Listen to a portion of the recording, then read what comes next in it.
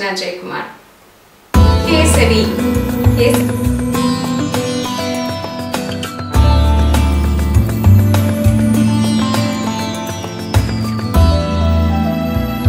கேசரி பண்றது எப்படின்னு நம்ம எல்லாருக்கும் நிச்சயமா தெரியும். ஏன்னா இது நிறைய வீடுகள்ல எப்பவுமே சுலபமா திடீர் விருந்தினர்கள் வந்துட்டாங்கன்னா உடனே பண்ணக்கூடிய ஒரு சுவையான ஒரு இனிப்பு வகையாகும். ஆனா இத இன்னும் சுலபமா எப்படி நிமிஷ நேரத்துல பண்றதுன்னு பார்க்கலாம்.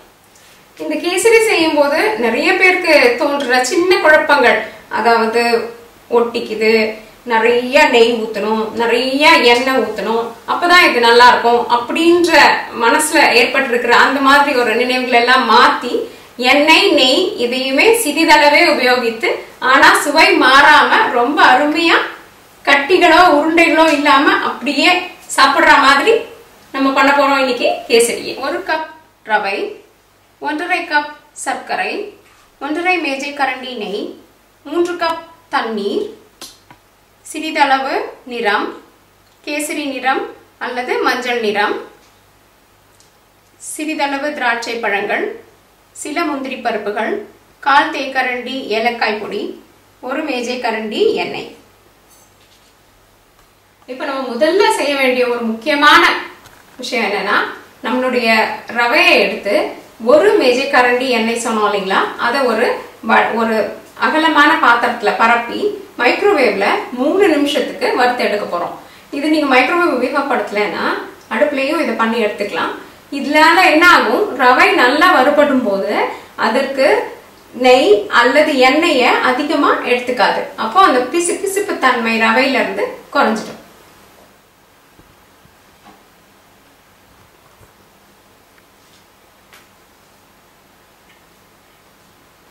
இந்த எண்ணெய்க்கு பதிலா நெய் உபயோகிக்கணும்னு நினைக்கிறவங்க நெய் உபயோகிச்சுக்கலாம், அதுவும் உடம்புக்கு நல்லதுதான்.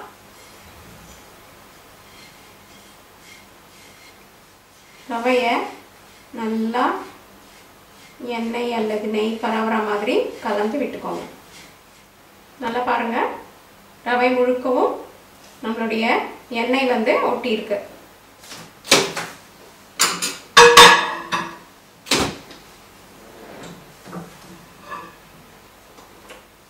இது நல்லா பாருங்க, நல்லா வறுபட்டிருக்கு.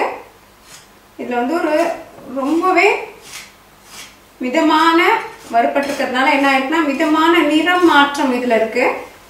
ரொம்ப நல்லா தெரியலையாட்டியும் நீங்க நல்லா ஊத்து பார்க்கும்போது தெரியும், லேசான ஒரு நிறம் மாற்றம் நம்மளுடைய ரவைக்கு வந்திருக்கு. இந்த பக்குவத்துல எடுத்துடலாம். அதாவது 3 நிமிஷத்துக்கு வைக்கலாம், அல்லது நம்மளுடைய மைக்ரோவேவ்ல அதனுடைய வெப்பநிலை மாறுபாடு இருந்ததுன்னா நீங்க பார்த்து எடுத்துக்கலாம். மேல இன்னொரு 1 நிமிஷம் தேவைப்பட்டாலும் வச்சு எடுத்துக்கலாம். ஒரு வாணலி அல்லது வாயகன்ற அடிக்கனமான பாத்திரத்தை அடுப்புல வச்சுக்கோங்க. பாதி அளவான நெய்யை அந்த பாத்திரத்துல ஊத்திடலாம்.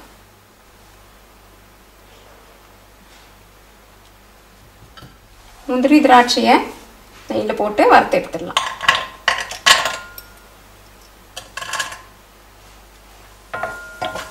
இதன் மூலியமா நம்ம பாத்திரத்துடைய அடிப்பாகத்துல நெய்யை பரவ விட்டுருக்கோம். திராட்சை வந்து முந்திரியை விட சீக்கிரத்துல வறுபட்டுடும். அதனால நீங்க திராட்சைகள் இந்த மாதிரி அளவுல பெருசானோன்னு எடுத்துடலாம். லேசா நிறம் மாற காத்திருக்கலாம். முந்திரியையும் இந்த மாதிரி சரியான பக்குவத்துல எடுத்துடலாம். லேசா வறுபட்டா போதும். நம்மளுடைய சூடான நெய்யில வறுத்த ரவையை சேர்க்க போறோம். இந்த சொன்ன அளவுகள் எல்லாமே வந்து நீங்க கிராம்ல சொல்லல, கிலோ அப்படின்றது மாதிரிலாம் நீங்க வருத்தப்பட வேண்டாம். நீங்க எந்த விதமான அளவுகோலை உபயோகிக்கிறீங்களோ அதையே எல்லா பொருட்களுக்கும் உபயோகப்படுத்தலாம். அதாவது நீங்க ஒரு சிறிய டம்ளர்ல ரவை எடுத்தீங்கன்னா அதே டம்ளர் அளவுக்கு நீங்க வந்து 1.5 கப்புக்கு சர்க்கரை மற்றும் 3 கப்புக்கு தண்ணீர் எடுத்துக்கலாம். மேலும் சர்க்கரை 1.5 கப் வந்து ஒரு சரியான மிதமான அளவு இனிப்பு இருக்கும். உங்க குடும்பத்துக்கு ரொம்பவே இனிப்பு பிடிக்கும் அப்படின்னு நினைச்சீங்கன்னா நீங்க வந்து இன்னும் கொஞ்சம் கூட சர்க்கரை சேர்த்துக்கலாம். இங்க பாருங்க, நம்ம திரும்பவும் ஒரு 2 நிமிஷம் 2 அல்லது 3 நிமிஷத்துக்கு அந்த நெய்யில நல்லா நம்மளுடைய ரவையை வறுக்கிறோம். இப்போ பார்த்தீங்கன்னா தெரியும், நல்லாவே இதோடைய நிறம் மாறி இருக்கும். இப்போ இன்னொரு பாத்திரத்தில் நம்ம குறிப்பிட்ட அளவு தண்ணியை கொதிக்க வச்சு எடுத்துக்கலாம். பார்த்தீங்களா, நம்ம தண்ணி தேவையான அளவு தண்ணீர் நம்மளது கொதிக்க ஆரம்பிச்சிருச்சு. இது நீங்கள் கெட்டில் தண்ணியும் உபயோகப்படுத்தலாம் அல்லது மைக்ரோவேவ்ல இந்த தண்ணியை வச்சும் எடுத்துக்கலாம். இதுக்கு மூடி ரொம்ப இப்போ முக்கியம். இந்த தண்ணீரை இது கூட ஊற்றி மூடி வச்சு மூடிட போகிறோம். இது ஊற்றும் போது ஜாக்கிரதையாக பண்ணுங்க, இந்த சுடு தண்ணி உங்கள் மேலே தெரிச்சிடக்கூடாது.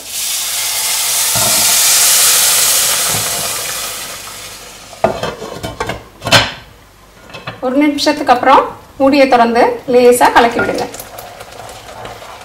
இப்போ திரும்பவும் 1 நிமிஷத்துக்கு அப்புறம் திறந்து பாருங்க. நம்மளுடைய ரவை ரொம்ப அழகாக வெந்துடுச்சு. 2 நிமிஷம்தான் மொத்தமாகவே ஆயிருக்கு. இதுக்கு இப்போ நம்ம கவனிக்க வேண்டிய ஒரு முக்கியமான விஷயம் என்னன்னா, ரவை நல்லா வெந்துருச்சான்னு உங்களை திருப்திப்படுத்திக்கோங்க.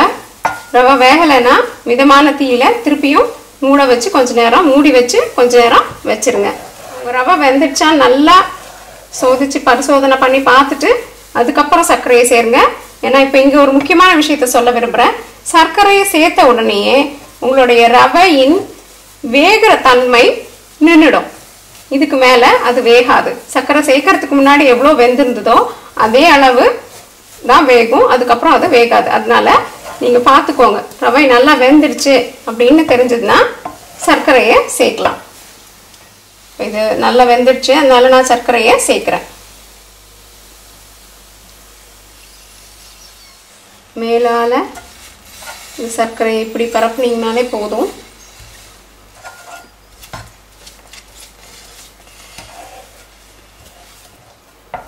நீங்கள் மேலால் சர்க்கரையை போட்டு அழுத்தி விட்டதுனால என்ன ஆகும், மெதுவாக சர்க்கரை கரைந்து உள்ளே போகும். அதனால கட்டிகளாக கேசரி கட்டிகளாக இருக்கிறது மெதுவாக கரைஞ்சி நல்ல பக்குவத்தில் கட்டிகளே இல்லாத ஒரு கேசரியாக தயாராகிடும். பார்த்தீங்களா, அருமையான வழிகளை பின்பற்றி நம்ம கட்டிகளே இல்லாத அழகான ஒரு கேசரியை தயார் பண்ணிட்டோம். இப்போ ஒரு 2-3 நிமிஷம் நீங்கள் கலரி விடுறதை நிறுத்திட்டு இந்த சர்க்கரை சரியாக கொஞ்ச நேரம் கட்டியாகிற வரைக்கும் விட்டுடலாம். இப்போ இந்த பக்குவத்தில் நீங்கள் இதுக்கு தேவையான நிறத்தை சேர்த்துக்கலாம். நிறம் சேர்க்க விரும்பாதவங்க மஞ்சள் பொடியை கூட உபயோகப்படுத்தலாம். நான் இதுக்கு பாரம்பரியமான கேசரினாலே நம்மளுக்கு நினைவுக்கு வரக்கூடியது ஆரஞ்சு அல்லது சர்க்கரை நார்த்தை அப்படின்ற ஒரு பழத்துடைய நிறம். அதனால நம்ம ஆரஞ்சு நிறத்தை இது கூட சேர்த்துடலாம்.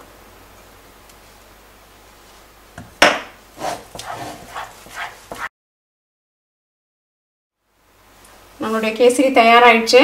இப்போ நம்ம கடைசியாக வறுக்கப்பட்ட முந்திரி திராட்சையை சேர்த்துடலாம்.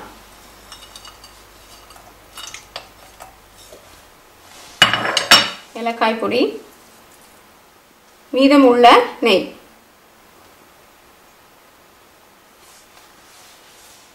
நான் இதில் குறிப்பிட்டிருக்க அளவான நெய் சரியான பதத்தில் கேசரி இருக்கிறதுக்கு.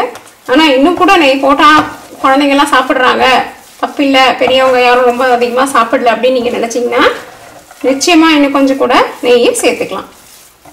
இதை வச்சு உங்களுக்கு என்ன புரியும்னா, ஒட்டாத பதத்தில் கேசரி இருக்குன்னு புரியும். பாருங்கள், இப்படி லேசாக தடவி விட்டிங்கன்னா அந்த நெய் மேலே வருது. இதுதான் சரியான பதம்.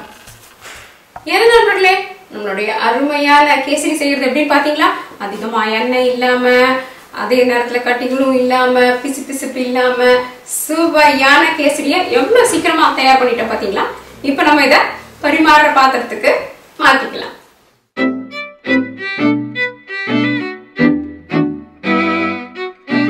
என்ன நண்பர்களே, அருமையான சுவையான சுலபமா கேசரி தயாரிக்கிறது எப்படின்னு பார்த்தீங்களா. தோசை பீட்சா என்றென்றும் உங்கள் நாவிற்கும் வயிற்றிற்கும் நல்லதொரு சுவை. தோசை பீட்சாவை சப்ஸ்கிரைப் பண்ணுங்க. இந்த வீடியோ உங்களுக்கு பிடிச்சிருந்தா லைக் பிரஸ் பண்ணுங்க. உங்களுடைய பிரிண்டபிள் ரெசிபிக்கு தோசை பீட்சா pizza.com க்கு விஜயம் செய்யுங்கள். நன்றி, வணக்கம்.